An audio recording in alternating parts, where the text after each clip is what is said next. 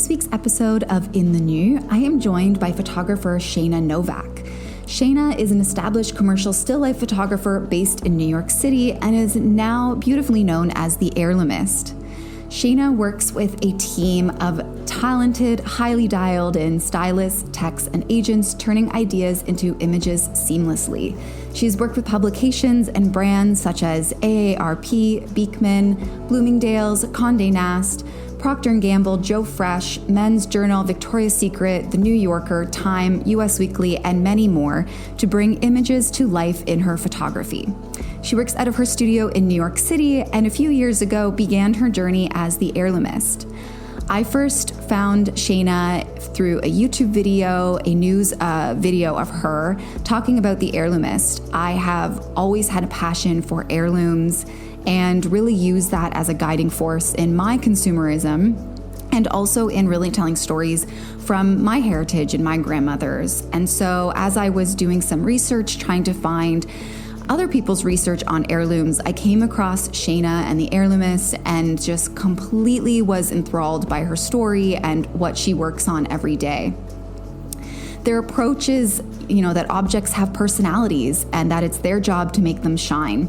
They spend sometimes 3 hours getting the impression just right in the teddy bear's eye, and they use highest quality cameras, lenses, lighting equipment, and printing processes to bring photos of everyday objects or heirlooms to life and turning them into art. They believe that your belongings tell stories of who we are and where we come from, and that our stuff lives in the back of our closet and is too fragile to display. So by photographing an heirloom, it gives new life and pays tribute to its story. No matter how worn, torn, or odd, your story should be celebrated. The Heirloomist creates custom Heirloomist prints to bring personality to each everyday object or heirloom and allow you to display it in your home proudly instead of keeping it at the back of your closet. Shana really gets involved in the story of each of her clients and really finding a way to bring that to life through each photograph. Her process is completely unique for every piece, and every piece truly tells a story that touches her heart.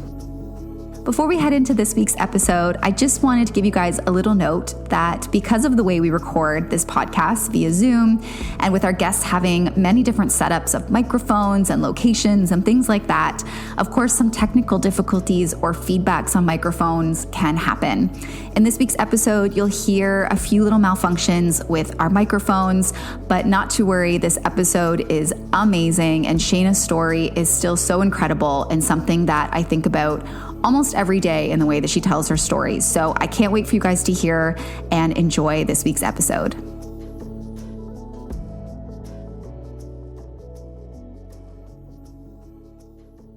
So welcome, Shana. Thank you so much for being here. Many people will know you as the Heirloomist. So thank you so much for joining me today. I've been so excited to chat with you. Oh, and thanks for having me. Yeah, absolutely. And I recently, actually today, my newsletter went out and I sent out the video where I found you on the news, which was so amazing. And that's why you're here. So cool. I was on the news.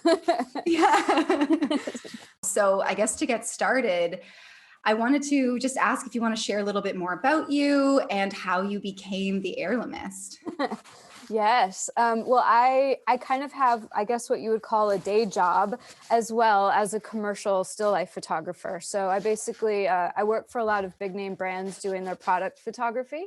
And I think the Heirloomist kind of started as a way to make all of that work with objects a little bit more personal. I think at the time when I started my photography career, my grandmother, who I was very close with, was kind of starting to get old, and she kept so many strange and beautiful things all organized so beautifully in her apartment. I realized I told this entire story on the news already, but it was, the Heirloomist is literally inspired by keeping stories alive. The stories of objects, and my grandma's not here to tell these stories anymore, but I have the pictures and now I know them, and so I hope that I always think that Heirloomist is here to do that for people, to keep those stories alive. And so it was kind of a mix of love for grandma and my commercial work, and a mix of just heart and love. doing the only thing I know to do. That's amazing. I Yeah. love that. And my grandmother was kind of the inspiration for me as well. And I think a lot of us, our heirlooms come from a grandmother who inspired Yeah. you to keep something really beautiful. Aren't grandmas amazing? Yeah. They're just such cool. They're not your mom, so they're cool. And they just want to spoil you and love you because there's this distance, but this closeness. It's so fascinating. So Yeah. my And grandmas are fun. I think our grandmas too, especially at this age, a lot of them lived through Yeah. some really intense times, but also some really Yes. cool decades that we look to as artists and as creatives and as people in general with such like Yeah. awe of, like, the 60s and the 70s and, the 30s and some even like into the 20s and before that. And just, Yeah. we look to those eras for, fashion inspiration and art inspiration. And they were there through all Yeah. these huge historic moments, which I think is so cool. Yeah. It's crazy. That's why we need to hear their stories. Yeah, exactly. So, people all over the world now are sending you their gorgeous heirlooms, or not so gorgeous in some cases, but Yeah, really it's everything. meaningful. Yeah, really meaningful pieces. And, even in that news article about you, one of the anchors said something really cool where he was like, I didn't know heirlooms were other things Yeah. than just, jewelry. And typically our heirlooms are, a fur coat grandma left you, or a jewelry or cufflinks or something like that. But, where you had said an heirloom can really be Yeah. anything, which I think is Yes, and incredible. I would actually give the credit to my clients for thinking outside the box on that, because when I started out, I was taking pictures of my grandmother's silver table settings. So I had a very traditional, in the early days, a very traditional thought about what an heirloom is. But one of our first clients sent me a pair of jeans that had special meaning, and that's when a light bulb clicked on. Oh, objects, heirlooms, things that stick with you and hold a story, that's the only thing that matters. There's no other, it can be an heirloom if you feel like it is. So it was cool to have that take on a life of its own, I think. Yeah, that's amazing. Yeah, a pair of jeans. So cool. Did you hear Um, that on the news? The jeans saved a guy from being burned at a campfire.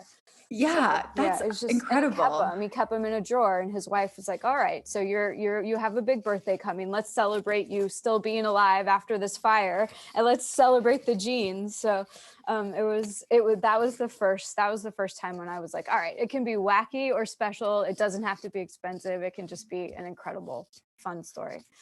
I love that. And there was one recently on your Instagram, I think, and it was their child. It was like heart-wrenching. Their child had Yeah. passed away from cancer, and it was all the child's toys. Instead of keeping Yeah. them in a bin somewhere, you photographed them. And I think it's so incredible that you have stories where it's like a pair of jeans that saved a guy's life, and it's kind of it's intense, but also kind of funny now. And then you go Yes. to these stories that are just so heart-wrenching and Yeah. sentimental with these families. Yeah. The great thing about a lot of that story, especially, but most of my clients, I have to give them credit. They're so incredible because they come here and they want to be made happy. Like, our job is to make something that makes them happy. And so we have a chance to collaborate with them, such as the client whose daughter passed away from cancer, to make something really fun and bright.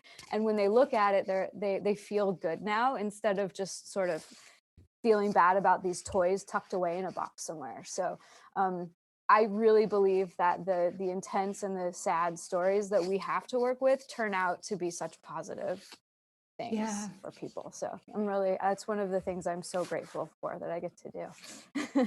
That's amazing. And Yeah. so when these clients send you these pieces, when you're creating these pieces of art, these beautiful photographs, Yeah.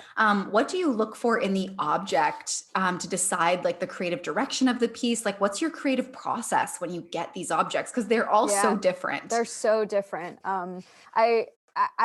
It's funny. I always say the object is my boss, because when we get it on set in front of the camera, it knows what it wants.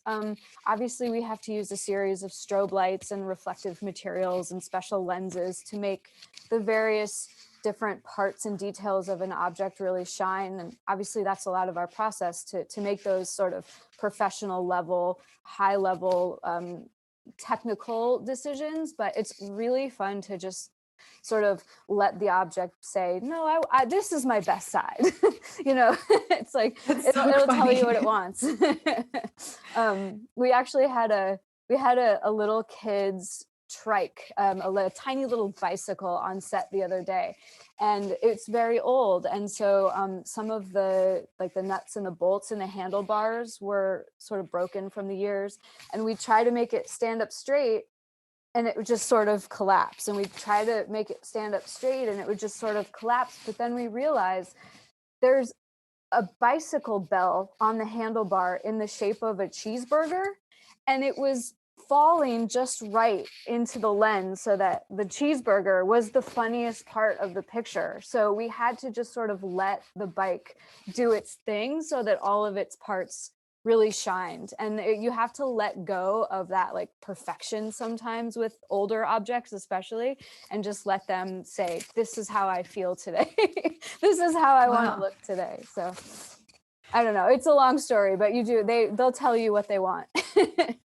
I love that to you, these objects kind of like have these voices, because that's actually, one of the reasons that I love heirlooms so much, and why it's really been something, I was looking for research on heirlooms, which is how I came across this video of you. And, for me, like, I pretty much only wear heirloom pieces, or like my saying in my life is creating future heirlooms. So when I'm investing in things, I'm thinking like, what is something that will have the quality, or that means something to me, and not just the Mary Kondo, like this brings me joy, but what is something that will stay here and be a story that I will tell like a grandchild one day and give this to them. And so that's been a lot of how I consume now. And I've also found it's made me a better consumer in that way. Totally, because things are made with care that way. They're not just these disposable things that come in and out of your life. They stay, and that gives them stories and meaning.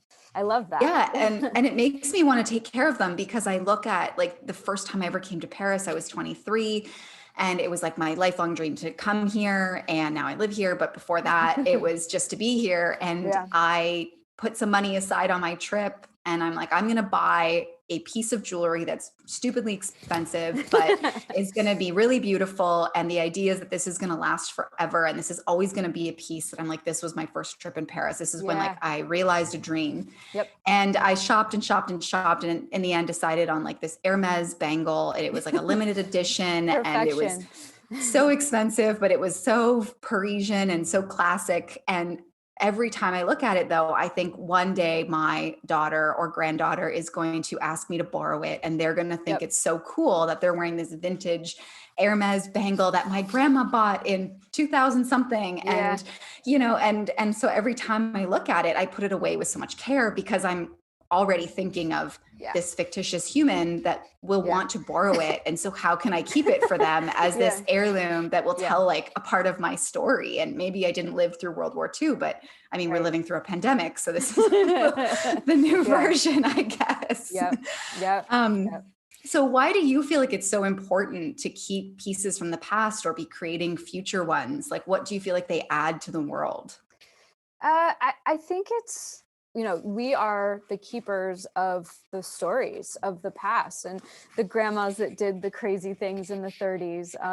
And I think these things that get passed down, like, where no one's going to pass down a bag that someone got at Walmart. There's got to be a story and a specialty to it. So they're bigger than just the object. They literally have spirits and souls to them. So I think that's the most important thing to remember, and to have that in your life just sort of connects you in a larger way to the past, and not just to the past, but to your story, to your life experiences and your peoples and your journeys. Yeah. And I totally agree with the items have souls. I think it's, it's almost like this piece of you, especially when you leave this world, even if you're still on it, but one day you will leave. And this item, I feel like almost like opens up and traps a bit of you and your stories and who you are, and carries something with someone that loved you for much longer. And whether that goes beyond generations or in a photograph, or if it ends, at a grandchild or a daughter or son, I think it's still this really beautiful way to like keep your soul alive. Yep. Absolutely. So any way we can contribute to that, some things aren't so easily displayable, or some things are too fragile, or I don't know, sometimes things just have a more, a larger presence when they're on the wall. We're not trying to replace the heirloom. We're not trying to, say that it should stay packed away, but I think one of the important things about a business is to like sort of offer somebody a fix for something. And so we sort of offer this way to just keep that spirit and that story present on the wall all the time. And I think that that's just really, it's a really fun thing to be able to not, we're not competing with the heirloom, people always say, why don't you just frame that shirt? Well, that shirt is very fragile, and in 100 years it's going to need to be in tissue paper somewhere, but at least you've got this fun picture on the wall for now that everyone can talk about. Yeah. Well, and some of the things, like, what are you going to do? Put stinky sneakers like out on a table somewhere in your living room? Like, there's just also That's so funny. many options that just don't work. Yes, we just did stinky sneakers the other day. So that's a popular topic around here, by the way. Oh, that's so cool. So unexpected. I would assume you would get so much more jewelry, but I guess sneakers are the thing. Hiking boots, everything. I mean, yeah, it can go on and on and on. Shoes are a popular subject. Yeah.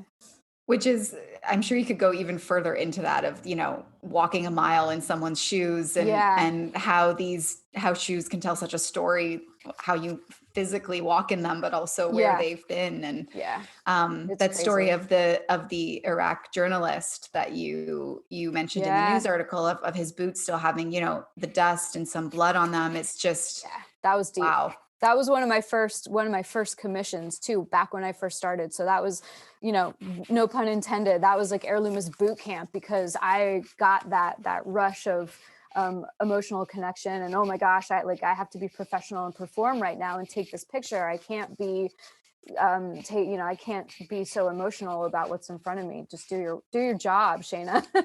So that was definitely an interesting early project. Yeah, incredible one.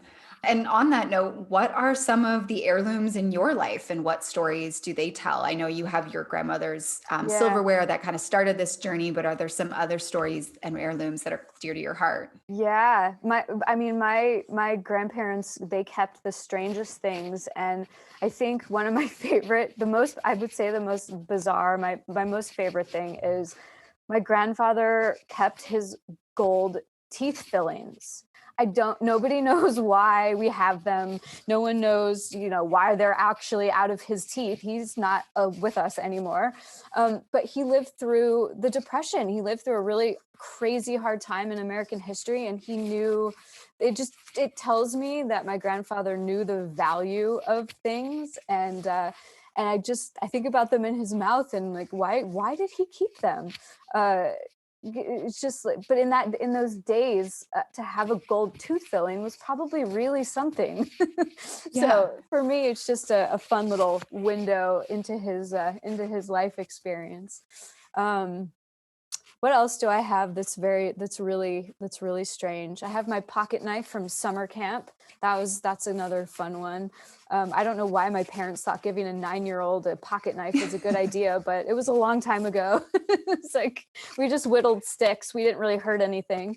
So yeah, it's funny because I have to sort of fight to not acquire things and to appreciate what I have. It's like you said earlier, when I consume, I try to edit fiercely so that I only consume things that are extremely important to me, or craftsmen made with love, so that I do not acquire so much stuff, because I could. It's in my blood. Yeah. And I think, I come from a fashion background. I went to fashion school, and that's kind of how I got to where I am now. But, we talk so much about fast fashion, and it was a conversation I had with a colleague once. I said, actually, the environment, of course, I care so much about, and it's not been great for that. But in addition, is we've actually robbed the next generation of what we have from our grandparents, because our grandparents, you didn't buy in this level. There wasn't fast consumption. Everything was custom. Everything was, you wore it till you could not wear it anymore. That's so true. And then here we are buying t-shirts that rip, we throw them out, like something from H&M is not going to stand the test of time. And a lot of us stopped investing at all in anything of quality. And it's Yeah. actually a crime. And to me, to like the next generation of your family, because they won't have Yeah. pieces like that from you. And we're robbing them of this beautiful storytelling that we get to have, these Yeah. beautiful memories and these little soul pieces that get left behind if we are consuming the way we have been. So Yeah.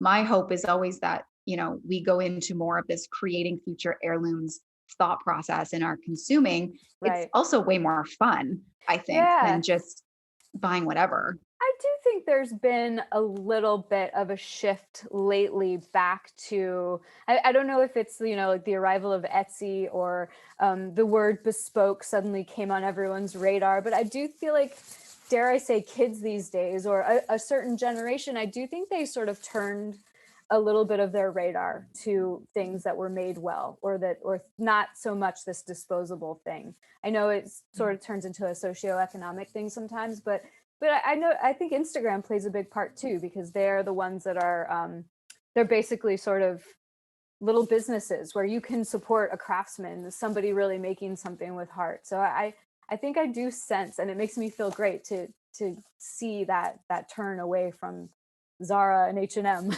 Yeah. No offense Totally. to Zara and H&M. No, no, I agree. I've seen that shift too, going back to like made local craftsmanship, Yeah, even brands, exactly. being Yeah. really ethical in their production and Yes. making less of things. And I love so I think that. that's really cool. Yeah, it's such a good trend. Yeah. We need to talk about Yeah. trends, but that's one good one. Yeah. Let's keep that a forever trend. Yes. Agree. So with all of the projects you've photographed, has there been a favorite one so far, and what made it so memorable? Oh my gosh. I get very attached to so many projects for so many different reasons, whether it be something with historical reference or it's just simply sentimental, something like that. But I think the one commission that still to this day sticks out is it was a letter. It was a handwritten letter. And this girl, she's from Oregon. It was from her grandma. Her grandma sent her a letter. As they did in the 80s, they spoke. They didn't text, they didn't email, they sent letters every week. And so in the letter, her grandma tells her, oh, I've been going out to the fields and taking care of the animals, and your grandpa's going to make me dinner tonight. And then she talks about this nice young boy from down the street that comes over some mornings to help with the animals. And I'm reading this handwritten note, and it's beautiful as it is. But then the girl who commissioned the piece tells me, once we have the note, the twist on this story is that she ended up marrying the little boy from the letter.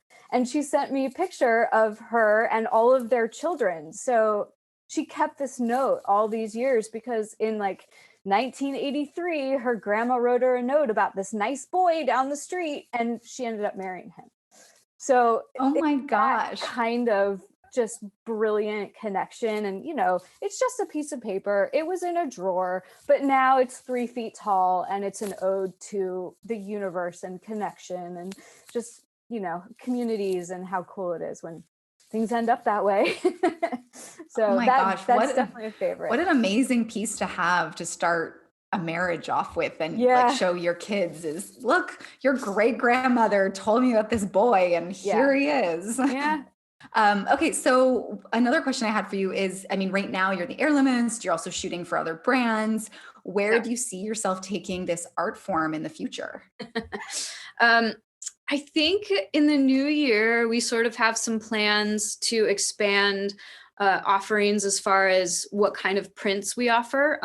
We're going to start this is breaking news. We're going to start printing on metal as an option, so that if you don't want to order an old fashioned photograph, you can choose something a little bit more modern that will come. It's ready to hang. It's just a little bit of an expansion to mix things up a little bit. But I have to say, what I do, I love that it's so simple, and it's sort of great for what it's not. So I don't actually have huge plans. Huge to me is to just be able to keep doing what we're doing. Making people happy is so big and great anyway. So I feel lucky to have a business that doesn't really need a huge grand plan, you know? Yeah. I know I that love sounds that. weird, but as an entrepreneur, but we take the changes as they come and roll with them for sure. But we're just going to keep doing what we do. I think that's also a testament to what you shoot, though. It's like heirlooms don't need to be grander Right. than they are. They're sometimes the most simple, like matchbook or something so insignificant to what seems like it to other Right. people, but have these Yeah. grand stories. And so, why do you need to overcomplicate how you tell their story? Right. Right. It just feels so good to know that you're doing something that's not going to it's not trendy. It's not going to grow outdated. And the thing that you're making is not going to grow outdated either. So yeah, we're happy. Yeah. We're just content. That's amazing. Is there anyone or a certain object you know of that's in the world that you would like love to shoot? Oh my gosh, don't get me started.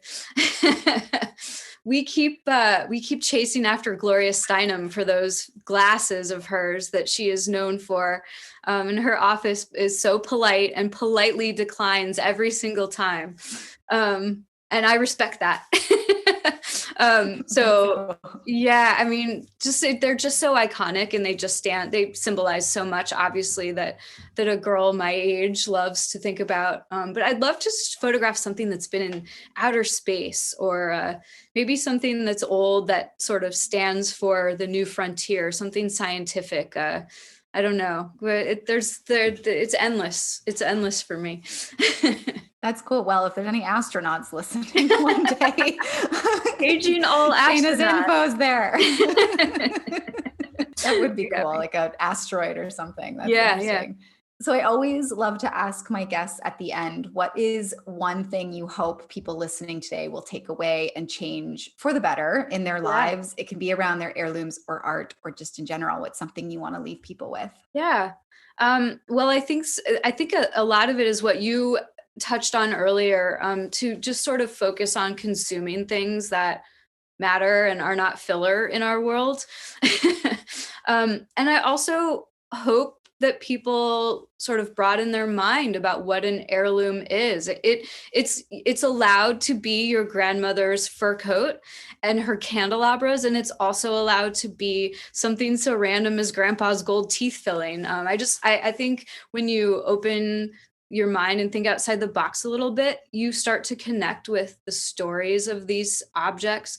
And that in turn connects you back to who you are, where you come from. It's not all pretty. Sometimes it's weird, but it's yours. So I think that's just the important thing, is to feel proud and connected, no matter how strange or bizarre. I love that. I think that gave me shivers just now. Oh. And I hope people listening will take that and start looking at what they have in such different ways, and also looking at how they can store it, show it off, turn it into art, call you up and send you some really old sneakers to be photographed for their wall now. Yep. If it fits in a box, we'll take it. That's amazing. Well, I will be putting all your info in the notes and also on our blogs that people can find you and, contact you to turn their heirlooms into art. But thank you so much, Shana, for taking the time. When I saw your video, I just knew I had to talk to you, and you got back to me so fast. And I'm just you're excited, so professional. You know what? Your email, your outreach way was so clear and well done that I understood that I was getting involved in a meaningful conversation. And I think as entrepreneurs and business owners, that's so important to know that you're going to be connecting with someone who's sort of on that level. So thank you for being you. Thank you so much. Yeah. Awesome. Well, thank you so much for joining me today. And I know everyone's going to love this. And so everyone, please go follow the Heirloomist on Instagram. Please go check out her website and reach out to Shana to photograph some things that mean so much to you. So thank you so much. Show us your heirloom. There you go. Hashtag show us your heirloom. And I will be posting all this on all my platforms so everyone can find you really easily. Thanks, Danielle. Thank you so much.